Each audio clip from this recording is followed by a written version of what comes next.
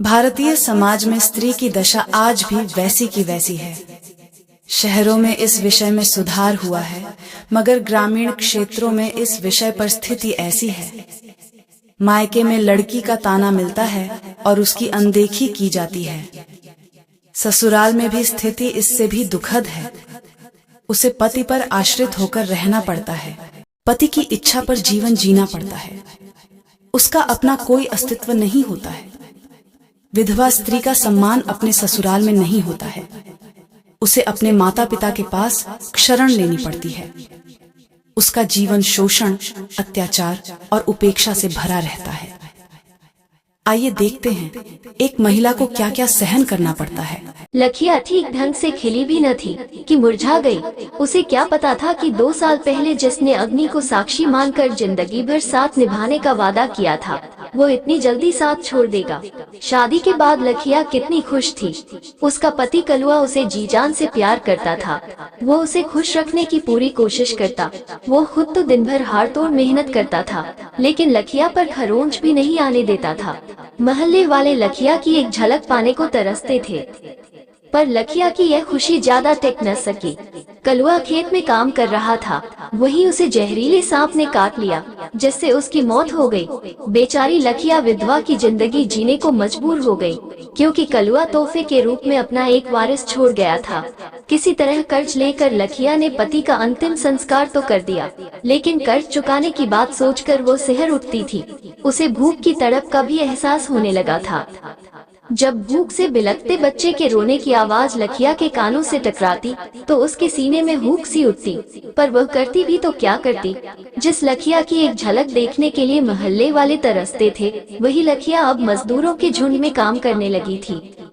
गांव के मनचले लड़के छींटाकशी भी करते थे, लेकिन उनकी अनदेखी कर लखिया अपने को कोस कर चुप रह जाती थी। एक दिन गांव के सरपंच ने कहा, बेटी लखिया, बीडीओ दफ्तर से कलुआ के मरने पर तुम्हें 10,000 रुपए मिलेंगे। मैंने सारा काम करा दिया है, तुम कल बीडीओ साहब से मिल लेना। अगले दिन लखिया ने बीडीओ दफ्तर जाकर बीडीओ साहब को अपना सारा दुखड़ा सुना डाला। बीडीओ साहब ने पहले तो लखिया को ऊपर से नीचे तक घूरा, उसके बाद अपनापन दिखाते हुए उन्होंने खुद ही फॉर्म भरा। उस पर लखिया के अंगूठे का निशान लगवाया और 1 हफ्ते बाद दोबारा मिलने को कहा। लखिया बहुत खुश थी और मन ही मन सरपंच और बीडीओ साहब को धन्यवाद दे रही थी। 1 हफ्ते बाद लखिया फिर बीडीओ दफ्तर पहुंच गई। बीडीओ साहब ने लखिया को अदब से कुर्सी पर बैठने को कहा। लखिया ने शर्माते हुए कहा, नहीं साहब, मैं कुर्सी पर नहीं बैठूंगी, ऐसे ही ठीक हूँ। बीडीओ साहब ने लखिया का हाथ पकड़कर कुर्सी पर बैठाते हुए कहा, तुम्हें मालूम नहीं है कि अब सामाजिक न्याय की सरकार चल रही है। अब केवल गरीब ही कुर्सी पर बैठेंगे। मेरी तरफ देखो न, मैं भी तुम्हारी तरह गरीब ही हूँ। कुर्सी पर बैठी लखिया के चेहरे पर चमक थी। वो ये सोच रही थी कि आज उसे रुपए मिल जाएंगे। उधर बीडीओ साहब काम में उलझे होने का नाटक करते हुए तिरछी नजरों से लखिया का गठा हुआ बदन देखकर मन ही मन खुश हो रहे थे। तकरीबन 1 घंटे बाद बीडीओ साहब बोले, तुम्हारा सब काम हो गया है, बैंक से चेक भी आ गया है, लेकिन यहाँ का विधायक 1 नंबर का घूसखोर है। वो कमीशन मांग रहा था। तुम चिंता मत करो, मैं कल तुम्हारे घर आऊंगा और वहीं पर अकेले में रुपए दे दूंगा। लखिया थोड़ी नाउम्मीद तो जरूर हुई, फिर भी बोली, ठीक है साहब, कल जरूर आइएगा। इतना कहकर लखिया मुस्कुराते हुए बाहर निकल गई। आज लखिया ने अपने घर की अच्छी तरह से साफ सफाई कर रखी थी। अपने टूटे फूटे कमरे को भी सलीके से सजा रखा था। वो सोच रही थी कि इतने बड़े हाकिम आज उसके घर आने वाले हैं, इसलिए चाय नाश्ते का भी इंतजाम करना जरूरी है। ठंड का मौसम था, लोग खेतों में काम कर रहे थे, चारों तरफ सन्नाटा था। बीडीओ साहब दोपहर ठीक 12 बजे लखिया के घर पहुंच गए। लखिया ने बड़े अदब से बीडीओ साहब को बैठाया। आज उसने साफ सुथरे कपड़े पहन रखे थे, जिससे वो काफी खूबसूरत लग रही थी। आप बैठिए साहब, मैं अभी चाय बना कर लाती हूँ, लखिया ने मुस्कुराते हुए कहा। अरे नहीं, चाय की कोई जरूरत नहीं है, मैं अभी खाना खा कर आ रहा हूँ, बीडीओ साहब ने कहा। मना करने के बावजूद लखिया चाय बनाने अंदर चली गई। उधर लखिया को देखते ही बीडीओ साहब अपने होशोहवास खो बैठे थे।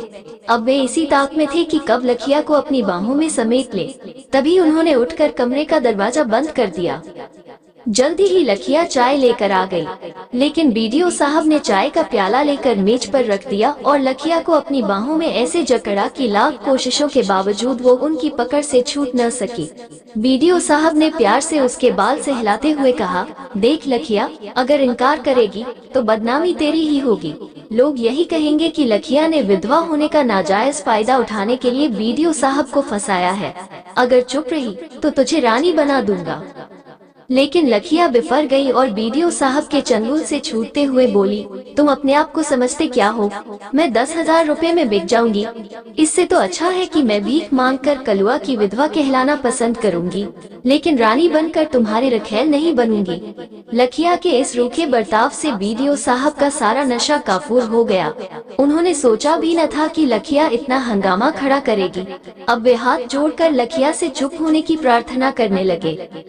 लखिया चिल्ला चिल्ला कर कहने लगी, तुम जल्दी यहाँ से भाग जाओ, नहीं तो मैं शोर मचाकर पूरे गांव वालों को इकट्ठा कर लूंगी।